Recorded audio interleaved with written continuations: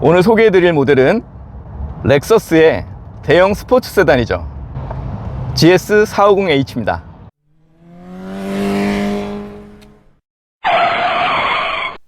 올드모드. 안녕하세요, 올드모트 정한섭입니다. 이 GS450H는 3500cc 엔진에 모터의 힘이 더해져 4500cc의 퍼포먼스를 낸다는 뜻의 450H라고 명명되었습니다. 엔진은 직분사 방식이 아닌 MPI 방식이에요. MPI 방식 엔진들은 직분사 엔진과는 달리 조용하고 연비가 좋죠. 하지만 힘이 약하다는 단점이 있습니다. GS350보다도 엔진만큼은 그 출력 부분에서는 확실히 떨어져요. 이 차가 떨어집니다. 하지만 배터리 양이 충분하다면 250kW짜리 모터에 힘이 더해져 4500cc 엔진에 가까운 힘을 냅니다. 그럼 여기서 가속 성능을 한번 알아보겠습니다.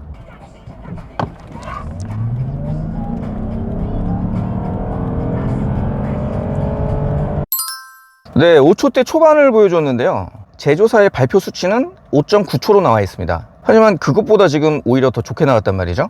그 부분은 제 생각에 일단 배터리가 충분했고요. 기온도 영상 10도씨 정도로 적절했습니다. 영상 10도씨 정도라면 엔진 출력도 이제 최대한 끌어올 수 있는 온도고요. 배터리도 제정신을 차릴 수 있는 정도의 온도라는 거죠. 그래서 두 가지의 파워트레인이 최고의 성능을 발휘할 수 있는 그런 조건이기도 했고요. 그리고 계기판의 그 속도계가 자체가 그 100km를 이제 조금 넘겨서 이제 체크를 하긴 했는데, 아무래도 그 계기판상으로는 110km 가까이 갔을 때 실제로 내비게이션에서는 100km라고 표시를 해주거든요. 그 부분 때문에 약간 오차가 있지 않았었나, 그렇게 생각되고요. 뭐 내비게이션 속도상으로 100km 정도로 맞춘다면 5.9초, 뭐 5.9초보다는 약간 짧아질 것 같기도 한데요. 5.9초 정도는 맞춰질 수 있을 것 같습니다. 실제 느낌에서도 자연흡기 엔진이다 보니까 터보 엔진과는 다르게 운전자가 이제 엑셀레이터를 딱 밟았을 때 그 깊이를 인식을 해가지고 그 터보 차주에서 공기를 압축해서 보내준단 말이죠. 그걸 실행하는 단계에서 약간 렉이라는 게 렉처럼 느껴지는 그런 텀이 있어요. 이걸 터보렉이라고 부르는데, 이 자연흡기 엔진이면서 MPI 방식이다 보니까 밟는 대로 그대로 전달이 됩니다. 밟으면 밟는 만큼 이제 공기 양이 정해지고 그 공기의 양만큼 출력이 더해지는 거기 때문에, 그리고 이 모터도 굉장히 즉각적이죠. 딱 어느 정도 출력이라고 딱 계산해서 보내주면 바로 출력이 나옵니다. 그리고 지난번에도 말씀드렸다시피 이 모터 같은 경우엔 최대 토크가 돌지 않는 상태, 정지 상태에서 돌렸을 때도 그 최대 토크가 나와주게 됩니다. 그렇기 때문에 이 반응이 상당히 즉각적이에요. 그래서 이게 정지된 상태에서도 엑셀레이터를 밟아주면 이렇게 몸이 제껴질 만큼 그렇게 이렇게 땅땅 때려주면서 나가는 그런 느낌이 있습니다. 이렇게 잘 달리는 만큼 제동 성능도 뭐 따라와 줘야 되겠는데요. 그러면 여기서 제동 성능도 한번 알아보겠습니다.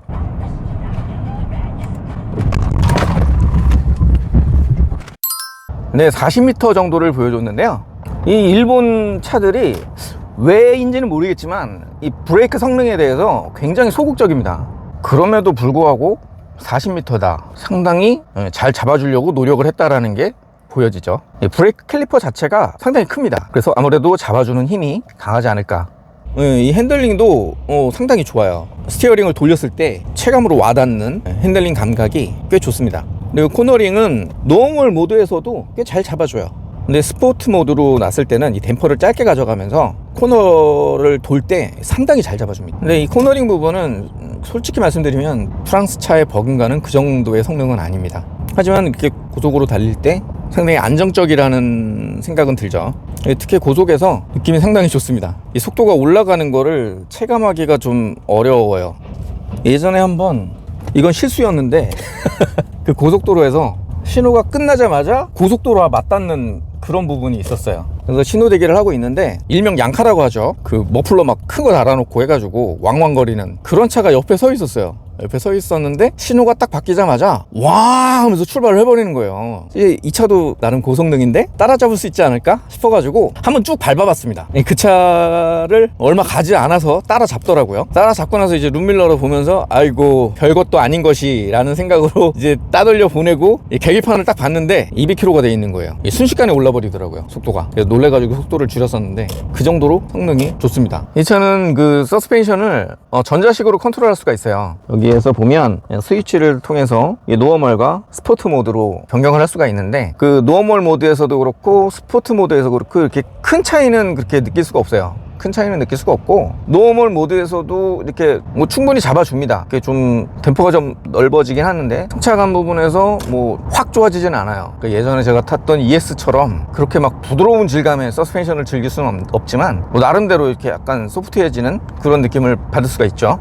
스포트 모드로 하게 되면 이때도 뭐 이렇게 큰 차이는 느낄 수가 없는데 승차감 확 떨어뜨리는 그런 것도 아니면서 조금 그 댐핑을 짧게 가져가는 그런 느낌이 있어요. 네, 그 뭐 에어서스처럼 그렇게 막 크게 차이가 나진 않습니다. 노멀로 했을 때가 그 요소를 넘을 때 승차감이 더 좋기는 합니다. 하지만 뭐 스포츠 모드로 놨다고 해도 그렇게 막 크게 단단하다, 막 통통 튄다, 막 이런 느낌은 들진 않아요. 제가 지난번에 미션 이야기 해드릴 때 이제 잠깐 CVT 이야기를 꺼냈었는데요. 그 CVT를 이제 한국 사람이 개발을 했고 도요타 자동차에 팔았다고, 유일하게 도요타 자동차만이 CVT 미션에 관심을 갖고 그 라이센스를 구입을 했다고 이렇게 말씀을 드린 적이 있었는데, 이 도요타에서 하이브리드를 연구를 한 게 1988년부터입니다. 하이브리드를 연구하고 있는 와중에 그 모터와 미션을 이질감 없게 이렇게 엔진과 모터를 이제 연결을 해주는 그런 역할을 해주는 게 그 중간에 CVT가 그 역할을 해준다면, 그쵸, 모터도 이제 쭉 출력이 늘어나는 것처럼 CVT도 이제 쭉 출력이 늘어나게 되잖아요. 그래서 이 하이브리드 때문에 CVT에 대해서 그렇게 관심을 갖지 않았었나, 그런 생각이 들고요. 그래서 토요타 렉서스 이 모델에서 그 하이브리드에는 모두 이 CVT 미션이 들어가 있어요. 그래서 이 때문이 아니었나 라는 생각을 하게 됩니다. 요즘 이제 스포츠 하이브리드가 대세죠. 전기 모터가 엔진 힘을 더해줌으로써 차 성능을 이렇게 끌어올리는 그런 부분이 있어서 하이브리드는 충전이 필요 없으니까. 포르쉐 같은 경우에는 요즘 플러그인 하이브리드를 내놓고 있죠. 그 하이브리드 차라면 모두 가지고 있는 고질병인데요, 이 배터리 부분은 소모품이라고 생각하셔야 돼요. 중고로 하이브리드를 구하신다라고 보셨을 때 이 배터리는 언젠가 한번 갈아야 될 수도 있겠다라는 생각을 가지고 계시면 속이 편해요. 렉서스는 일본 도요타 자동차를 우리나라에 빗대면 현대자동차의 레벨 정도라고 보시면 돼요. 그러니까 그 나라에서 국민차로 꼽히는 그런 차죠. 이게 렉서스라는 브랜드를 이제 도요타 자동차와는 좀 차별화 시켜서 이제 고급 브랜드로 냈는데, 이런 자동차 회사들이 있죠. 독일의 폭스바겐이 아우디를 가지고 있고요. 우리나라의 현대는 제네시스를 가지고 있고요. 닛산에서는 인피니티를 가지고 있죠. 이렇게 고급 브랜드들을 가지고 있는데, 이 고급 브랜드들이 단순히 옵션 부분에서만 이렇게 고급성을 추구하는 게 아니라 이 성능 면에서도 고급성을 많이 이제 추구를 합니다. 그래서 도요타에는 이거와 같은 모델이 없죠. 사실 저는 이제 450H 모델을 알기 전에 그 Q50S라고 인피니티의 하이브리드 고성능 카가 있습니다. 재원상으로 보면 이제 그 차가 이 차보다는 살짝 이제 더 좋은 그런 성능을 가지고 있다라고 나와 있는데, 사실 저는 그 Q50에 굉장히 많은 관심을 가지고 있었어요. 그런데 이 차의 존재를 알게 됐죠, 나중에. 그러면서 급 관심을 갖게 됐어요. 이런 차가 있다라는 그 자체를 저는 몰랐으니까. 근데 그걸 알게 되면서 이 차에 상당히 많은 관심을 갖게 됐습니다. 그래서 이 차를 결국에는 구입을 하게 되었고 주행을 해오고 있는데 상당히 만족스러워요. Q50을 참 마음속에 품고 있었는데 갑자기 450H 모델을 갖게 됐는데 상당히 만족하고 있습니다. 일단 그 Q50의 가장 이제 문제점이 뒷좌석이 좁다는 거예요. 제가 그 아이가 둘이 있어요. 아들만 둘이 있는데 이제 아이들이 좀 크다 보니까 뒷좌석이 좁으면 아무래도 이제 불편할 거다라는 생각이 들어서. 근데 이 차는 Q50보다 확실히 넓습니다. Q50이 그 GS하고 IS하고 중간 정도라고 보시면 될 것 같아요. 지금 시승하고 있는 차량은 2008년식인데요. 그러니까 2008년, 그러니까 이 차가 처음 우리나라에 상륙을 했을 때 이 차를 구입을 하신 거죠. 그 어떤 분께서 구입을 하시고 타시다가 중고로 파시고 일산에 그 하이브리드 배터리 수리를 하시는 분이 계세요. 그분 통해서 구입한 차입니다. 이 하이브리드 차 같은 경우에는 그 일본 차도 답이 없어요. 하이브리드 배터리, 그러니까 이 세상에 존재하는 모든 2차 전지는 소모품입니다. 영구적인 배터리는 이 세상에 없습니다. 고장이 날 수밖에 없어요. 그러니까 수명을 다한다고 봐야죠. 소모품이라고 봐야 됩니다. 제가 전에 타던 그 ES 같은 경우에는 30만 킬로가 되기 직전에 가져온 지, 제가 사온 지 얼마 안 돼서 하이브리드 배터리가 나갔어요. 그래서 배터리를 한번 간 적이 있었습니다. 근데 이 배터리 가격이 많이 싸졌어요. 이제 예전에 저 초창기 같은 경우에는 그 하이브리드 배터리가 700만 원씩 갔었는데 많이 싸져서 그때도 벌써 뭐 한 5년 정도 지났죠. 5년 정도 전 이야기인데 배터리를 교체하는데 부가세 포함해서 360만 원 지불했었어요. 거의 절반 가격인 거죠, 예전에 비해서. 확실히 저렴해졌습니다. 그래서 어쨌든 저는 독일차를 경험해 보지 못했지만 겁나서 독일차를 사본 적이 없어요. 그래서는 국산차랑 일본차 그리고 프랑스차 이렇게만 구입을 해봤는데, 푸조도 사실 뭐 수입차이긴 하지만 만만합니다. 그렇게 부품값이 그 독일차처럼 그렇게 막 비싸지 않아요. 제가 렉서스가 2대째예요. 이 차 전에는 제가 ES300H ES 모델의 하이브리드 모델을 탔었는데, 그때 탔던 차가 12년식이었죠. 키로수가 그때 29만 키로에 제가 가져와서 그거를 31만 키로까지 타고 중고로 팔았죠. 팔았다기보다도 판 게 아니라 바꿨습니다. 제가 예전부터 이제 타보고 싶었던 차가 있었거든요. 그 푸조의 308cc라고 컨버터블카예요. 컨버터블에 대한 로망은 누구나 다 가지고 있잖아요. 그래서 처음 제가 컨버터블을 가지게 된 게 206cc라고 500만 원짜리 푸조 컨버터블, 그 차를 타면서 308cc라는 모델을 알게 됐고, 그 모델에 대해서 상당히 많은 관심을 갖게 됐어요. 그래서 제 드림카로 제 마음에 자리를 잡았죠. 그래서 저는 이 다음에 나이가 들어서 아웅다웅 하지 않아도 될 때쯤 되면 푸조의 컨버터블카를 세컨카로 두고 SUV 정도를 이제 데일리카로 그렇게 이용을 하고 싶다라는 그런 생각을 했었어요. 근데 마침 그 푸조 동호회에서 세단이랑 대차하고 싶다라는 분이 나타나셨어요. 그분은 이제 가스차나 디젤차처럼 운행 비용이 좀 저렴한 그런 차를 찾고 계셨죠. 그래서 그분하고 맞교환을 했어요. 308cc를 이제 한참 타고 다녔었는데, 컨버터블이 상당히 낭만적이긴 해요. 하지만 열 수 있는 기회가 별로 없습니다. 일단 겨울엔 추워서 안 되고요, 여름엔 더워서 안 돼요. 뚜껑 열고 진짜 선크림을 막 얼굴에 막 온통 떡칠을 해도 소용없습니다. 얼굴 까매져요. 새까매집니다. 님도 못 알아봐요. 그리고 봄 되면 미세먼지, 지독하죠 우리나라. 그래서 잘 안 열게 되더라고요. 그리고 이게 나이가 들수록 뭔가 이렇게 안락함을 추구하게 되는 것 같아요. 그런 의미에서 이 차는 제가 찾던 바로 그런 차가 아닌가 싶어요. 그래서 이 다음 차로도 GS450H 또는 Q50S 이런 쪽을 생각하고 있어요. 이런 말 하면 참 욕먹기 딱 좋은 그런 말인데, 저는 개인적으로 일본 차를 좋아해요. 일본 차는 저한테 두 번뿐이에요. 그 렉서스의 ES하고 이 GS하고 이 두 번뿐인데, 이 차가 오래돼도 운행 키로수가 많아도 잘 견뎌줍니다. 그만큼 내구성이 좋아요. 렉서스 타시는 분들의 대부분의 불만이 차를 바꾸고 싶은데 고장이 안 난다. 저는 유럽 쪽 차들은 좀 안 맞는 것 같아요. 푸조도 물론 장점이 있습니다. 푸조라는 그 자동차 회사는 그 차에 들어가는 재료의 70%를 전부 재활용할 수 있는 걸로 제작을 해요. 그만큼 이제 친환경적으로 자동차를 만들려고 많이 노력을 하고, 이 코너링 부분에서도 상당히 앞섭니다. 뭐 유럽 차들이 대부분 마찬가지지만 이 코너링 부분에서도 상당히 앞선 기술을 가지고 있어요. 그 2000년대 초반에 나왔던 그 푸조 206 시리즈, 206 시리즈 같은 경우 코너링으로 유명한 차입니다. 206 자체가. 그만큼 그 푸조에서는 이 코너링에 상당히 중요성을 많이 생각을 해요. 이 프랑스 차가 그렇다라고 봐야겠죠. 왠지 유럽 차들은 저한테 좀 제 정서하고는 좀 안 맞는 그런 감이 없지 않아 있고요. 그리고 이 고장이 많이 난다는 말, 그리고 이 부품값이 비싸다는 말 때문에 무서워서 감히 독일 차를 가져보진 못했고, 그 렉서스 ES 모델을 제가 갖게 됐었을 때도 그때는 제가 형편이 좀 좋았어요. 지금은 형편이 많이 안 좋아서 이 차를 타고 있는데 말이 좀 웃기죠. 형편이 안 좋아서 렉서스 탄다 그러면 말이 좀 안 되긴 하는데, 이 차를 500만 원에 사왔습니다. 어떻게 500만 원에 사왔느냐, 그 백판넬 쪽에 사고가 있었던 차예요. 그리고 33만이 넘은 차입니다. 33만이 넘다 보니까 이제 키로수 덕분에 싸게 가져올 수 있었던 거죠. 근데 저는 이제 이미 그 30만 키로를 넘은 ES를 경험해 봤기 때문에 그렇게 겁이 없이 이 차를 가져왔어요. 제가 작년 7월에 이 차를 가져왔는데 큰돈 들어간 거 없이 잘 타고 있습니다. 휠 얼라이먼트 본 거 한 번 있었고, 엔진 오일 갈아주고, 특별히 한 게 없어요. 타이어도 상태가 좋았고요. 중고차의 가장 큰 장점이 이거인 것 같아요. 관리가 잘 된 중고차를 구입을 하게 되면 키로수가 좀 많다고 하더라도 이렇게 돈 들일 일 없이 따로 이렇게 추가 비용 없이도 이렇게 탈 수 있는, 그러니까 저 같은 서민들도 이런 기회를 가질 수 있는, 이런 게 중고차의 가장 큰 매력이 아닐까 싶습니다. 그래서 일본 차를 좋아하고 싶어서 좋아하는 게 아니라 어쩔 수 없이 없는 형편에,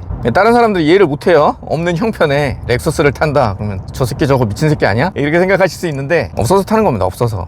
있으면 제네시스 타죠. 있으면 제네시스 G80 탑니다. G80 스포츠.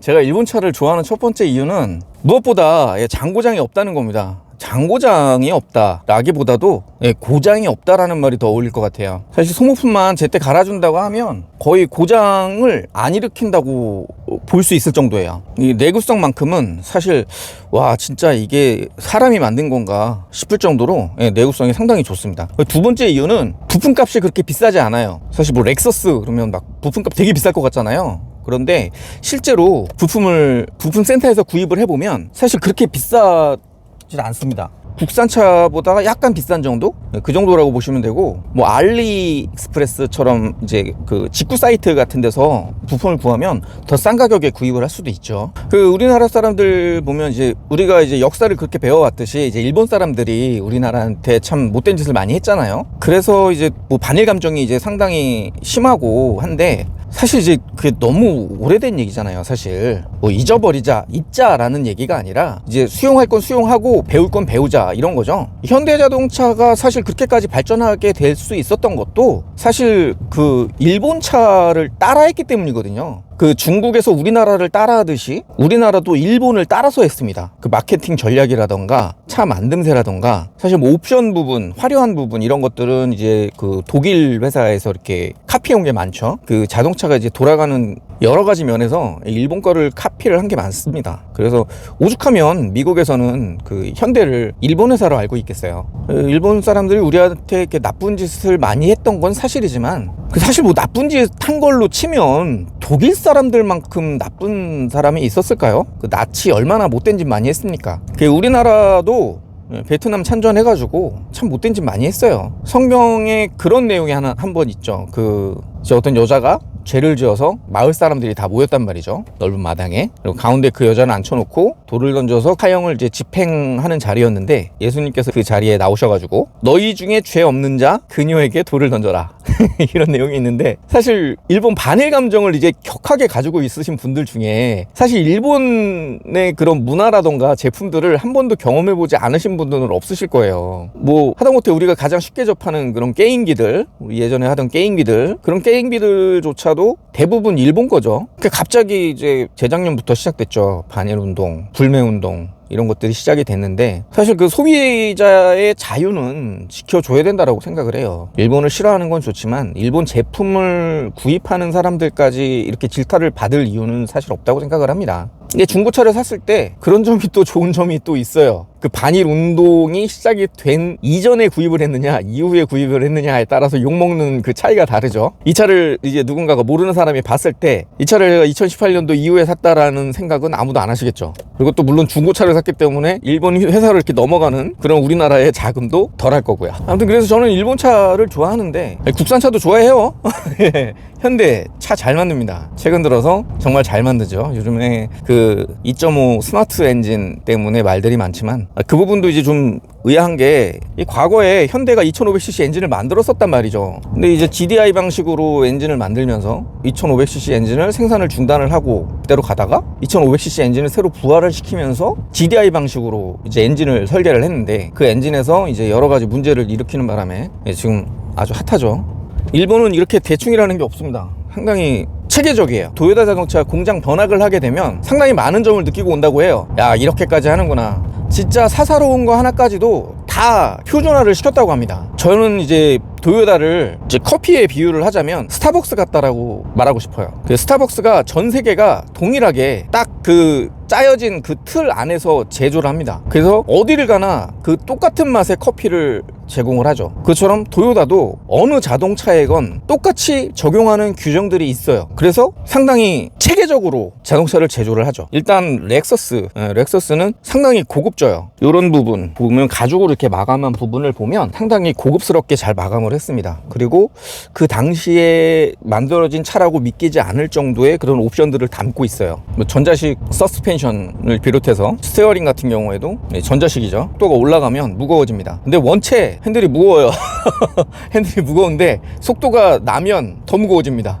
그런 특성을 가지고 있어요. 그리고 이 깔끔함, 이렇게 감추는 거, 뭐 이렇게 닫히거나 이렇게 해가지고 다 감춰버리는 거. 오죽하면 이쪽에는 상당히 많은 버튼들이 감춰져 있습니다. 이 밀러 조정을 비롯해서 하다못해 계기판 내용 바꾸는 것까지 이 안쪽으로 많이 쓰지 않아도 되는 버튼들은 여기에 다 감춰놨어요. 그래서 깔끔한 편이긴 한데 사실 불편해요. 이 버튼을 즉각적으로 딱 요 위치에 버튼이 있으니까 이걸 눌러야지 해서 딱딱 누르면 편한데, 얘는 이제 얘를 눌러가지고 열어서 찾아야 돼요.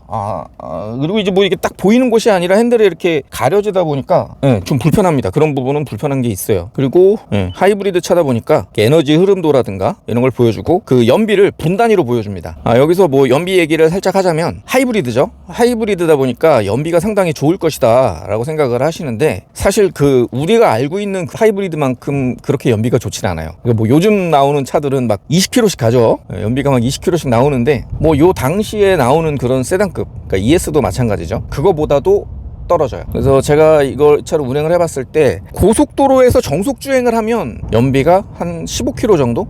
그 정도 나오고, 시내에서 특히나 요즘처럼 추울 때, 요때는 지금 연비가 굉장히 형편없어요. 지난번 연비를 체크했을 때 7.5km 나왔습니다. 7.5km. 겨울이고 짧은 거리를 주행을 했어요. 제가 작업실하고 이제 집하고 거리가 이렇게 멀지 않다 보니까 이제 짧은 거리를 왕복을 했을 때 그때 연비는 상당히 안 좋더라고요. 근데 이렇게 날이 좀 풀렸을 때, 배터리가 제 성능을 내줄 때는 한 10km 정도 나와요. 시내에서 가다서다 반복하고 신호 대기하고, 특히 신호 대기했을 때는 이 차는 이제 연료를 전혀 사용하지 않죠. 그러다 보니까 시내에서는 확실히 좋습니다. 그리고 이제 엔진이 계속 이제 구동되는 상태, 그러니까 예열이 되기 전에 시동을 끄는 그런 거리를 왕복했을 때는 5km 정도 나와요. 그리고 그 고속도로와 국도를 이렇게 오가는 그런 구간이라면 한 15km, 15km 정도 나와요. 이 하이브리드가 가장 연비가 좋은 때가 40km로 계속 달릴 때입니다. 40km로 계속 달리면 엔진이 구동될 일이 거의 없어요. 그리고 이 바퀴가 구르면서 또 충전도 되는 또 시점입니다. 40km로 계속 간다면 30km도 나오지 않을까? 이런 생각이 들어요. 고속도로에서 이렇게 좀 정체되는 구간에서 한 40km로 계속 가잖아요. 그러면 연비가 막 쭉쭉쭉 올라갑니다. 일본 차의 단점이라고 하자면 디자인은 별로예요. 일본 차들이 최근에는 그나마 이제 디자인하는 게 상당히 과감해졌죠. 근데 그 이전에는 좀 보수적으로 디자인을 했어요. 질리지 않는 디자인을 만들려고 많이 노력을 했죠. 그러다 보니까 과감하게 이제 뭔가 이렇게 적용됐던 그런 것들을 일본은 좀 보수적으로 적용을 했었어요. 일본 차들이, 예쁜 차들이 별로 없었죠. 뭐 최근 들어서는 예쁜 차들이 많이 나오고 있지만 예쁜 차들이 별로 없었습니다. 그리고 옵션에 굉장히 인색하죠. 일본 차들이. 이 정도 차 레벨이면 이 정도의 옵션은 들어가져 있어야 되지 않나 라는 생각을 할 정도로 옵션을 좀 인색합니다. 2012년에 렉서스 ES 하이브리드를 이제 발표를 하면서 파킹 브레이크를 풋브레이크로 만들었어요. 이그제큐티브 세단이면은 임원들의 차인 거잖아요. 임원들이 타고 다니는 차인데 파킹 브레이크를 굳이 이렇게 발로 밟게끔 만들어야 되나 싶죠, 솔직히. 근데 그 도요타 자동차에서 이제 해명을 하기를 이 정도 급은 풋브레이크가 맞다 라고 얘기를 했다고 해요. 그 다음 세대 ES 같은 경우에는 전자식으로 바뀌었죠. 그리고 어댑티브 크루즈 컨트롤도 이제 적용을 했고요. 차선 이탈 방지라던가 이런 것도 적용을 했죠. 그 이전에는 국산차에서 이렇게 적용하던 그런 옵션들이 일본 차에는 없는 게 많았습니다. 그리고 도요타 차 같은 경우에는 아직도 그렇죠. 캠리 하이브리드, 뭐 혼다 어코드 하이브리드, 아직도 통풍 시트가 없습니다. 핸들 열선이 없어요. 이 차 같은 경우에 저 핸들 열선이 또 있는데요. 전차주분께서 핸들 열선을 달아주시는 바람에 제가 아주 유용하게 잘 쓰고 있습니다. 뭐 이 영상을 보고 계실지는 모르겠지만 감사드립니다.